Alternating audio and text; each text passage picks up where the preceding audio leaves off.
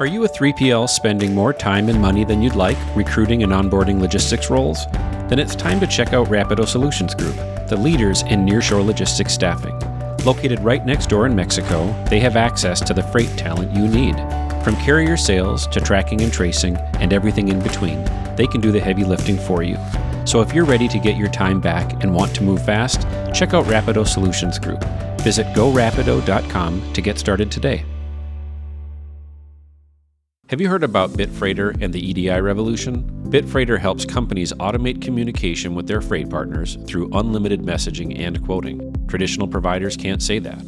The Bitfreighter team is also available 24/7 and responds immediately by phone, email, or yes, even text. Legacy providers can't say that either. So if you want to scale your operations to save time and money, come join the EDI revolution with us. Visit bitfreighter.com to get started today.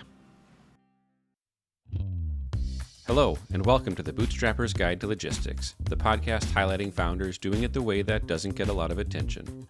We're here to change that by sharing their stories and inspiring others to take the leap. It's a roller coaster ride. You might ultimately fail. That's when I kind of knew I was onto something. It was very hard. It truly is building a legacy. The more life you live, the more wisdom you have.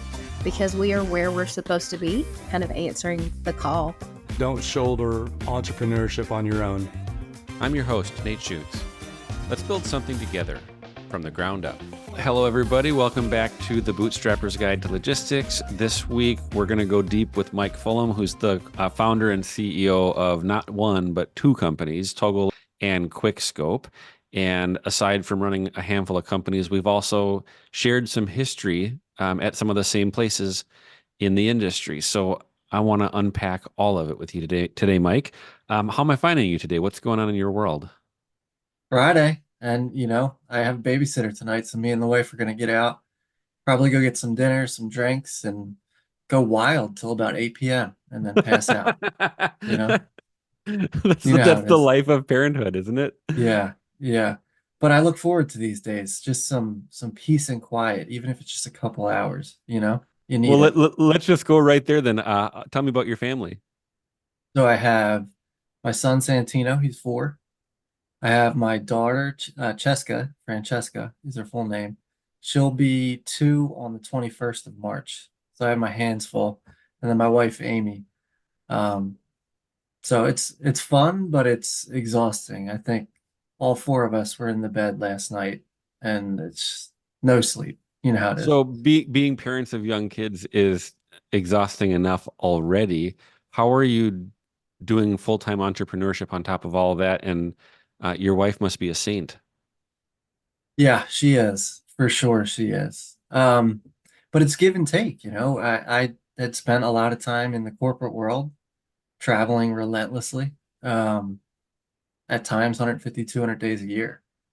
So I may be working more hours and it might be more of a grind as an entrepreneur.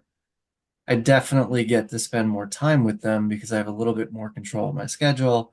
I don't have to travel or bounce around as much. So it's a little give and take. I would say overall, family life's a little better as an entrepreneur, believe it or not.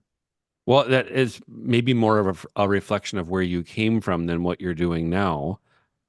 I mean, 150 days a year on the road you're a true road warrior, and that's usually a sign that you've kind of quote made it in the corporate world.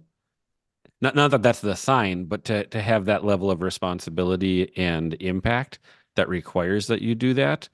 What was the first chapter of your career like? I was at C.H. Robinson for a little over 10 years.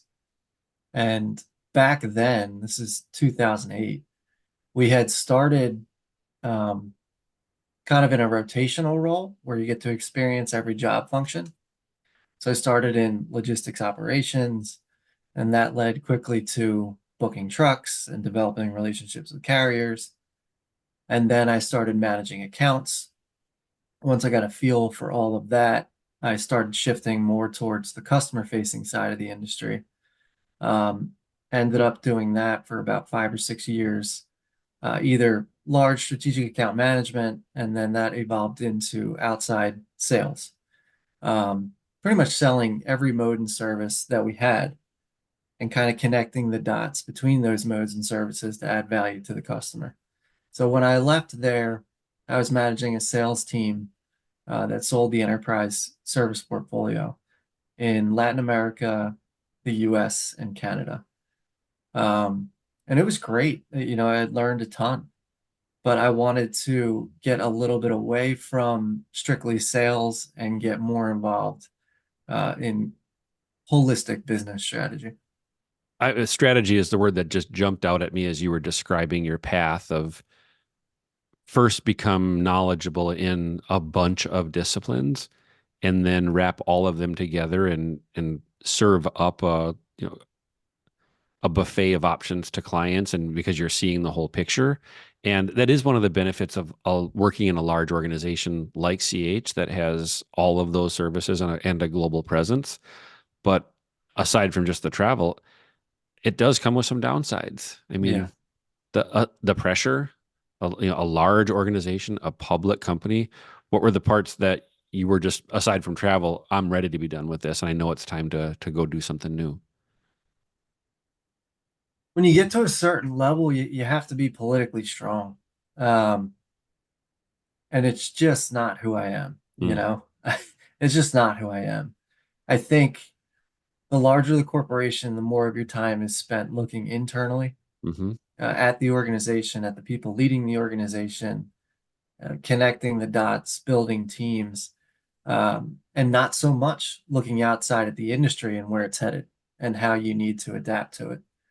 I'm definitely better looking at the industry and seeing where it's headed, being creative, networking, rather than looking internally. Um, I think I may not have realized that until I became an entrepreneur, to be honest. I knew that I wasn't. Listen, C.H. Robinson was awesome. The Uh-huh. people there were great. The mentors I got there, I still talk to. And I don't know that I could have started in a place that would have been better off for me, period. But there was a point where, you know, I needed to spread my wings, if you would. And I did. And I think now a lot of those learnings, you start to realize how much it mattered, but Yeah. also some of the things maybe that weren't so good for you come to light in an entrepreneurial role. And I'm still learning a ton about being an entrepreneur and about myself. But I think this the difference being focused externally more so than internally.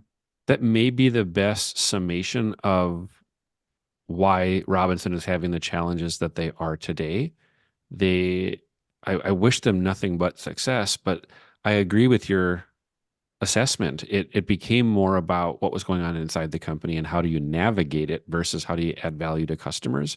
And they seem to have lost their way, and they have hard times ahead. There's no doubt about it. And it's disappointing in a sense because the curious folks like yourself that were looking outward were the ones that didn't get airtime, um, or weren't heard because the focus was so much on navigating the organization. And that is a uniquely large corporation phenomenon. Robinson is no different than other companies that have gone through that same, you get to 5 billion and then 10 billion.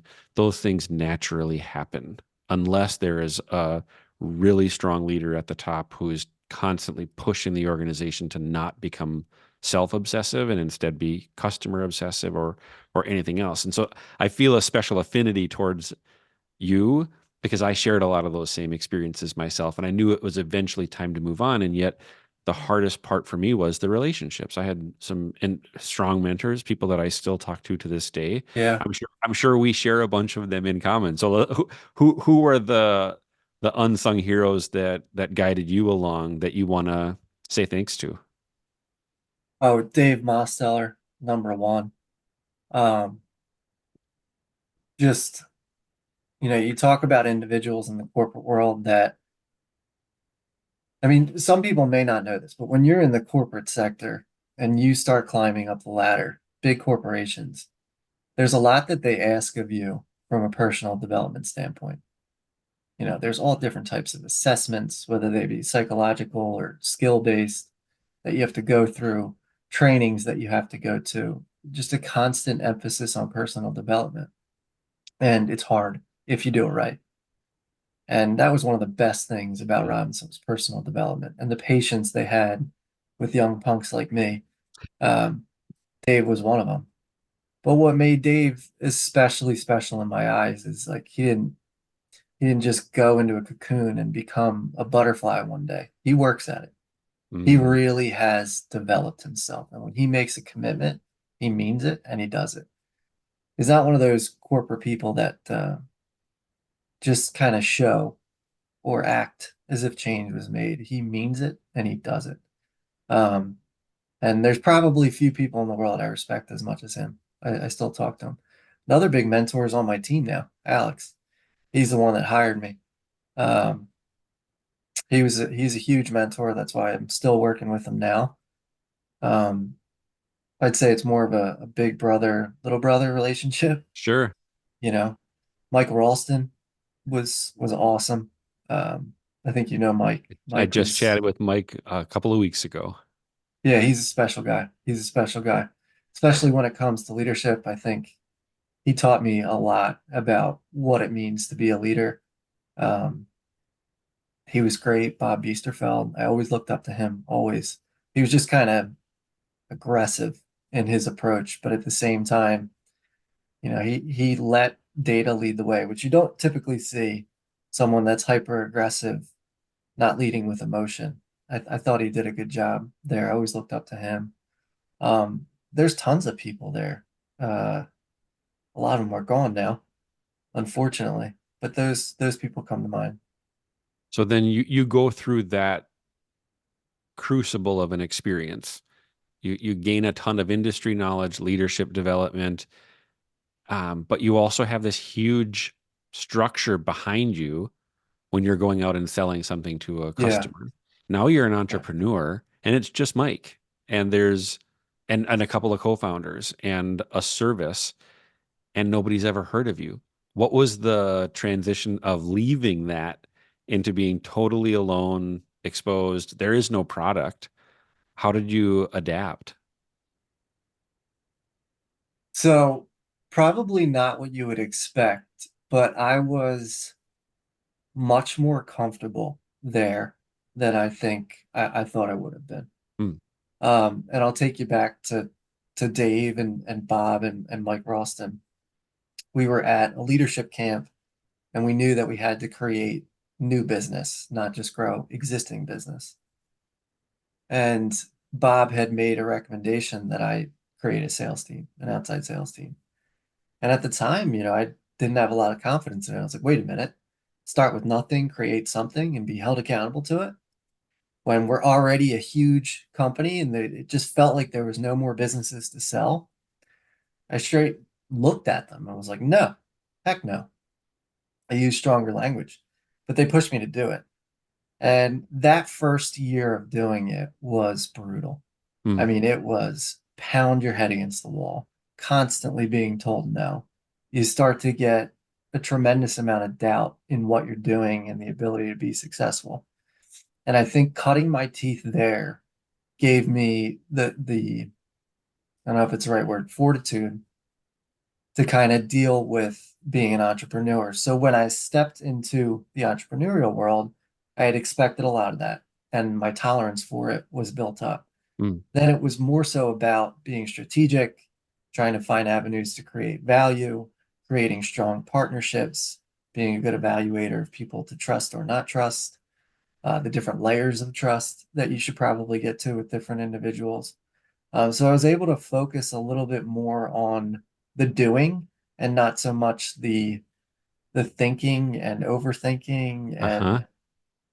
And if you haven't spent time in outside sales, a lot of people, especially in this industry, say they've been in outside sales, but they've been given an account and they've been told to develop a relationship and upsell. That is not outside sales. That's Sure. not outside sales. That is not what a cold call is. If you spend time there, you will be better for it. And that time period was probably the most developmental time that I had, and it really helped. A lot of folks would say that they leave the corporate world unequipped for entrepreneurship because of those. Uh, the transformation is so large, but C.H. Robinson has also spun off more entrepreneurs per capita. I don't know the percentage. I'm making that up, but in the universe that I engage in with entrepreneurs, you can't throw a rock without hitting somebody who started a logistics business after leaving Robinson.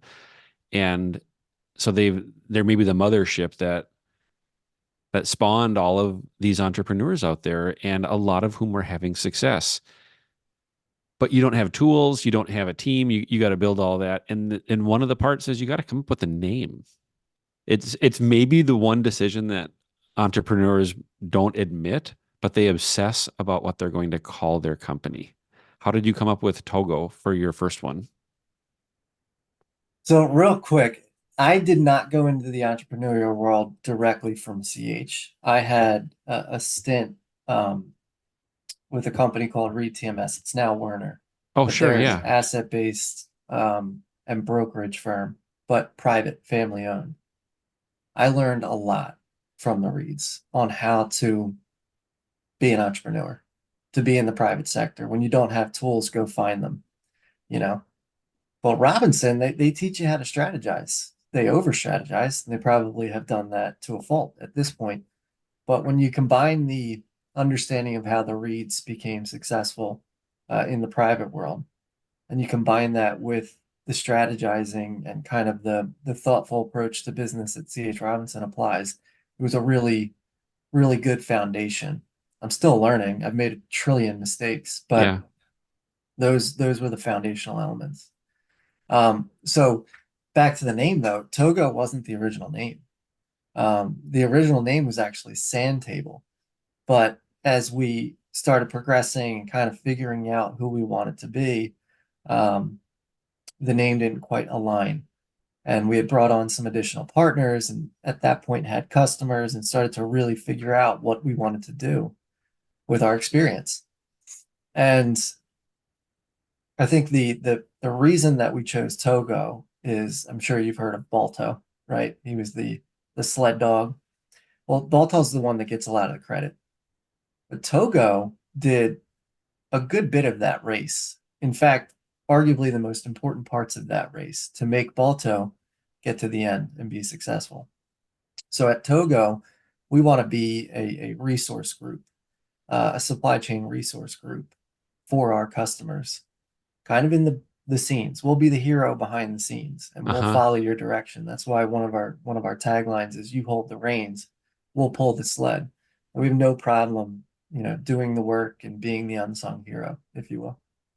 It's such a humble approach, and maybe that's the attraction of why I think the bootstrappers crowd is going to love your story. Is bootstrapping is all about being the unsung hero. You're not looking for attention. You don't need the glory. You just want to deliver a good result day in and day out. Do something for the long term and know that it's going to be meaningful for not only your customers, but for your family, for all the families of the people that work inside the organization. And it's not sexy, but it's durable and it's long lasting and it means something. Not that there's anything wrong with taking outside funding or being a venture backed company. It's just a different ethos. And for someone as self aware as you, which may be one of your My defining wife would characteristics. disagree. That's a different podcast. Yeah, yeah, We'll do a yeah, spin-off show on that one on the yeah, fan of what it's like being married to an entrepreneur. Maybe we could have a whole series just yeah. on that. Um, but maybe that is one of your defining characteristics that I'm picking up on from you is you're willing to do the hard work, whether it gets attention or not. And I just want to give you a pat on the back for that because I know you won't do it yourself. And Thanks. it's great to watch. Yeah. Yeah, it's interesting, just period. I mean, just being a part of Ballast, um, you kind of you get to really appreciate other people in a different light because in a way they're competitors. And in certain arenas like the corporate sector, maybe you're at a trade show, when you're interacting with competitors, it's really hard to perceive them outside of being a competitor or someone that's going to take your business or take your customer or that you have to beat. But in ballast, we're helping each other. So you get to see other people in their journey and where they're at. And I see that a lot in other people too, is, just level of self-awareness, humility. It seems like if you've spent any time in the entrepreneurial world, especially as a bootstrapper, you've developed a different level of humility than you probably would not have if you hadn't gone down the entrepreneurial route. And you get to see that even in the accomplished ones in our group. And that's something to look up to, because I think myself and our team, we would not consider ourselves successful yet. We have not reached our goal. But when we do, we want to be the same people. And you want to celebrate it with people that know what it took to get there. And thank you for the endorsement of ballast. It is it's not for everybody. We don't want the folks in the group that have big egos and want to impress other people. We want people that are willing to help other people, even if they're in the same space. The industry is so large. The chances of you stealing business from another member is so low, but the benefits of working alongside somebody and following in their footsteps so that you don't make the same mistake they made at a certain stage in their own journey, that is the economic and business value of belonging to a group of other peers that want to see you win. And again, it's not for everybody. There's a small fraction of the industry's entrepreneurs that fit that mold. You're one of them. And I'm glad that you see the value in belonging to something like that with people who share the same values. And now you're applying the learnings from your first business, and you've launched another one, QuikSkope. What's QuikSkope all about? Yeah, so Togo is really a family of companies. We have Togo Technologies, and then we have Togo Supply Chain Resource Group. So our customers are generally 3PLs, transportation brokers, warehouses, and the way that we provide services to them might be connecting or executing or consulting different aspects of the supply chain. And being from the brokerage space, we were well aware of the fraud issue. It's always existed, but I would say, over the past 5 years, it's gotten really, really bad. Things like identity theft, false identities, cargo theft, double brokerage, the stuff that these 3PLs are experiencing is really bad. And what the carriers are experiencing is really bad, because the carriers, the good ones, might not be paid for work that they performed. And the brokers might have to pay twice. They might lose a customer, or a shipper might lose product because it's been caught up in this fraudulent world that brokerage has become. So there's been some work to clean that up. Some companies have done a really good job. Carrier Shore, Go Highway. They've all done a good job increasing the standards and increasing the methods of how carriers are onboarded and vetted before they're utilized by a broker. And we thought that what the industry needed to really secure the chain of custody and brokerage was a tool that could be deployed at the load level that would work in conjunction with a trucker tools or in conjunction with a Carrier Shore, Go Highway, or any vetting tool. Because the vetting does a good job of cleaning up the data, and the tracking does a good job making sure you know where the truck is. But it's still not enough to make sure that the chain of custody is secure. So the way QuikSkope works is it's a load level tool that can be deployed. It's not a tracking tool. It's not a vetting tool. It's applied to the load before it's picked up. It withholds critical information like pickup information. And it requires the driver to go through a verification process near the shipper to obtain the pickup information. And if they clear the verification, obviously the broker has already been verified because they're receiving the QuikSkope order from the broker. But once they pass that verification, they get the pickup information. And that will progress throughout a load, multi-pick, multi-drop. Throughout transit, they can perform a verified update. So again, it's not a tracking tool, but at any moment in time, they can perform a verified update where we're getting visuals, geo tracked locations, and pictures and things like that to make sure that the verification happens. And then we can perform it again prior to delivery.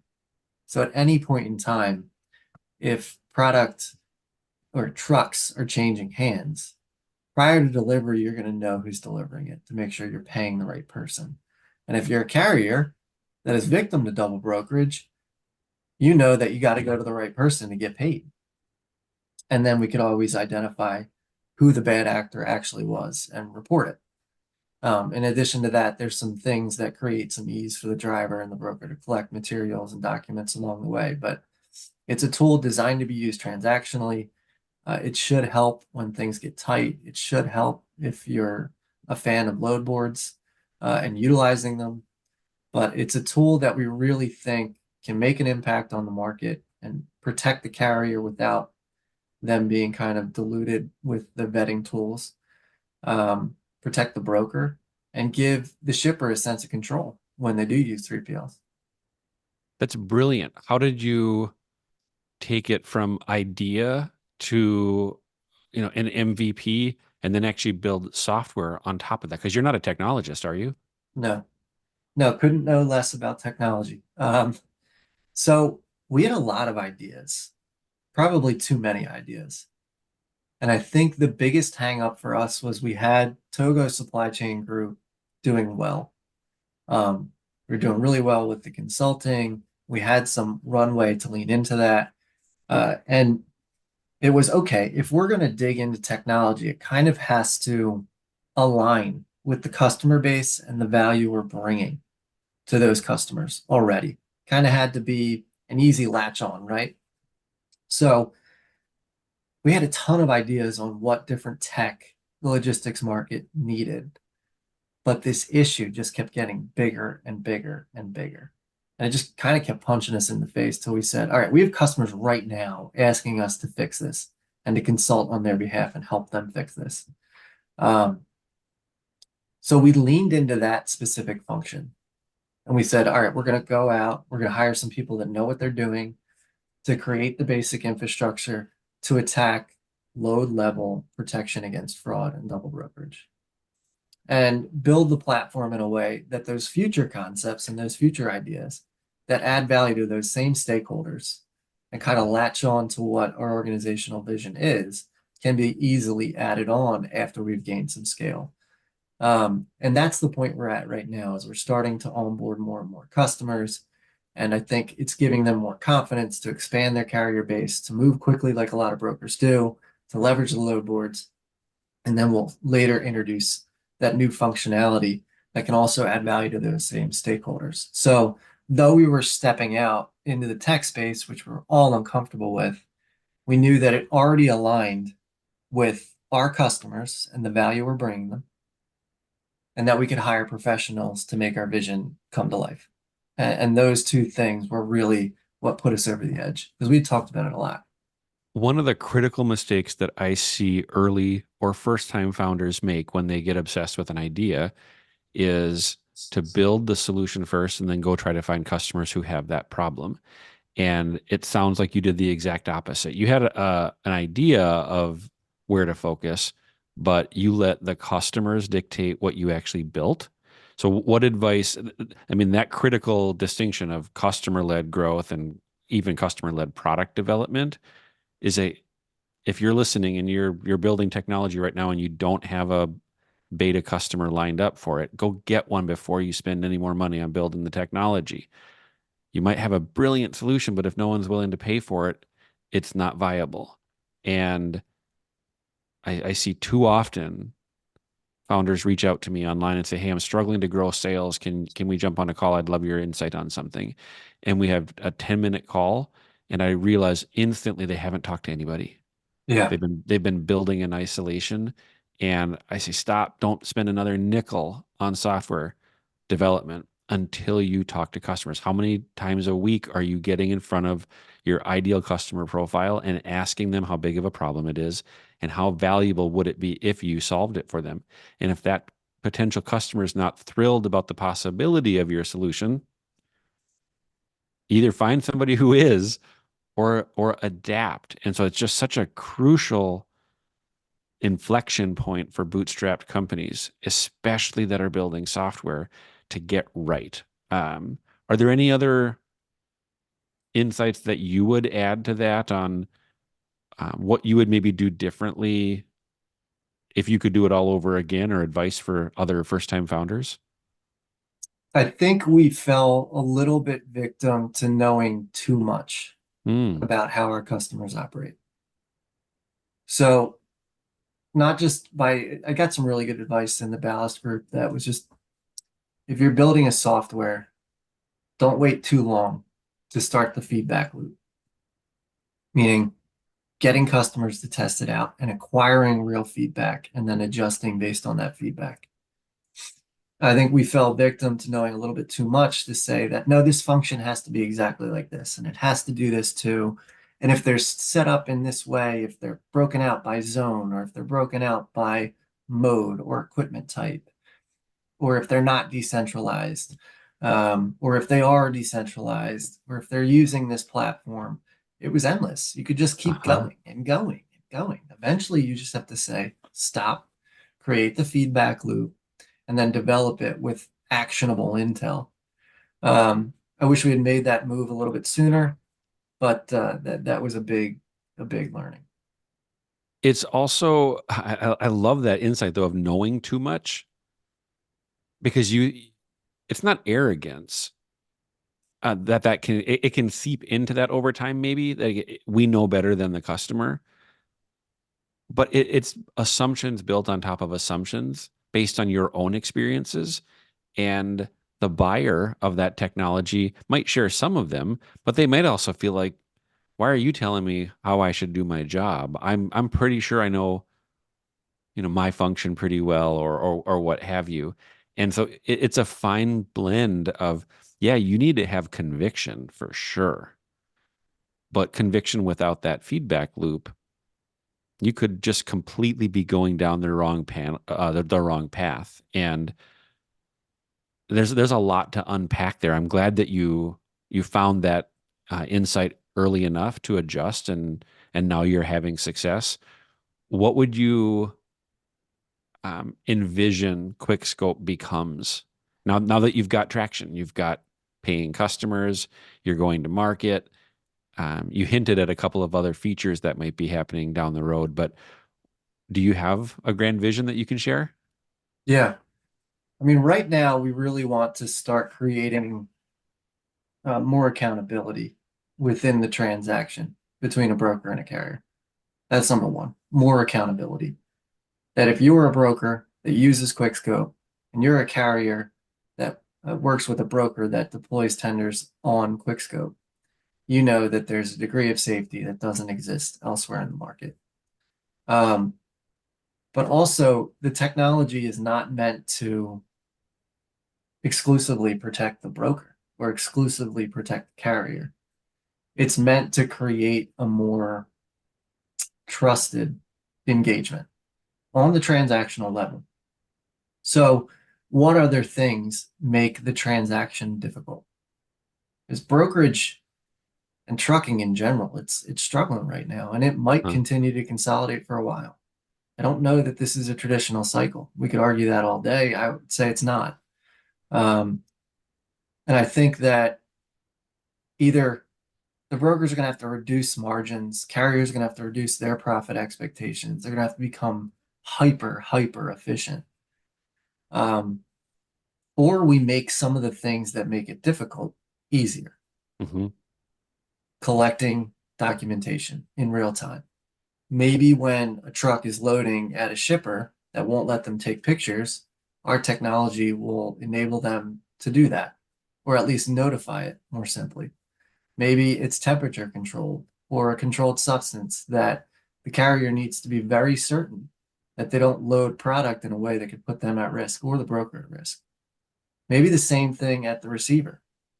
Maybe USDA was called and the product was left out, and you needed to document that through a secure portal in immediate time, not just a phone call. Maybe it's congestion at a shipper that, there's a lot of liability for the warehouse to have these trucks coming in and out. They have workers trying to stage product, and the truck doesn't show up. But there's another truck that's been waiting for 8 hours that could have loaded in place of that.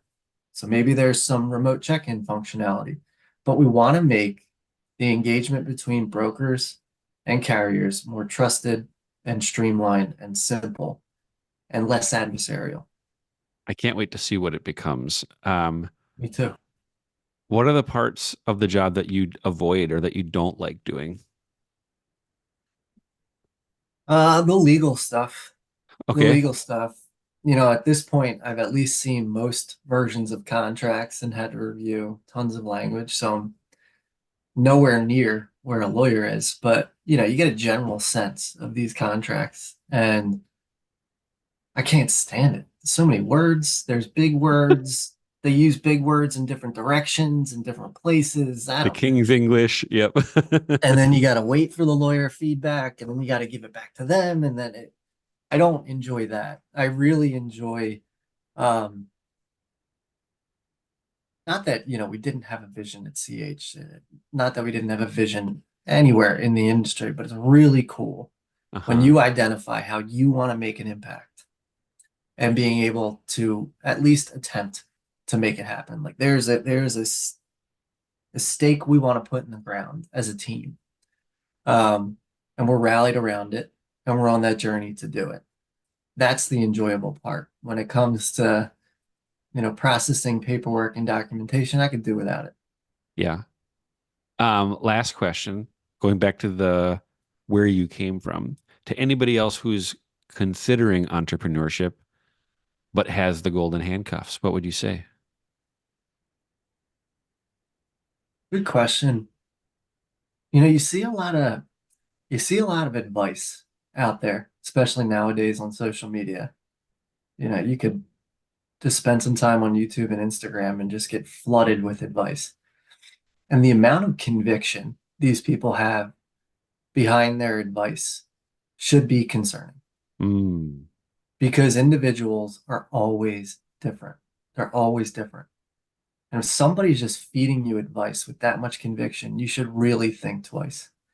What I would say is, I believe now more than ever that I was always built to be an entrepreneur. If I had done it early in my career, I would have failed by now. mm. No question. If I didn't spend my time at CH, if I didn't spend my time at Reed, I would have failed, because I needed the group around me. I needed that experience to learn. Could I make an argument that I could have taken the leap a few years earlier? Sure. But I needed it. I'm running into a lot of entrepreneurs that didn't need that at all. Mm-hmm. They were great from the start. Now, when they become successful, maybe there's a whole new flood of things that they have to deal with. But I think you have to figure out why you don't want to take the leap. Is it comfort? Or is it because you really don't believe in your vision yet? Figure out what it is and then make it happen. But don't listen to the advice. Should have done it sooner than later. Should have done it later. Should have jumped all in. You're crazy working for the man. No, you're not. Just figure out what's going to make you ready or not ready and make it happen. That is brilliant advice. That's you're saying is not advice, but it's actually very, very good advice. I can't wait to see where this thing goes. I've shared parts of your story with a few other people, and just because I know you and we engage regularly, I have a different insight into how you operate. I have no doubt that it's going to be successful, and that as you hit the next milestone and the one after that, that you're uniquely equipped to ride a growth wave that you'll be able to make the transition from startup to growth company to mature company. And because you've leveled up and continue to develop yourself, that you'll be able to make those transitions when the time comes. I'm also, I've shared QuikSkope as a concept with a handful of folks, and they're all excited about it. Nice. They see the need. They know the time is now, and nobody else has quite yet put together a solution that does what yours does at the transactional level. So I don't know if you have goals of becoming a unicorn or what those milestones might be, but I think you've got a really, really good shot at it, and we're all rooting for you. Thanks. I appreciate it. Tell people we're taking on customers now. Do a week free trial. We'll give you a demo. Tell them to come on over. We're ready. Love it. Good luck on your date tonight as well. I hope you're up at least past 8:30, and we'll catch up again soon. All right, Nate. I appreciate it as always. Take care. See you, bud. Thanks for listening to another episode of the Bootstrapper's Guide to Logistics, and a special thank you to our sponsors and the team behind the scenes who make it all possible. Be sure to like, follow, or subscribe to the podcast to get the latest updates. To learn more about the show and connect with the growing community of entrepreneurs, visit logisticsfounders.com. And of course, thank you to all the founders who trust us to share their stories.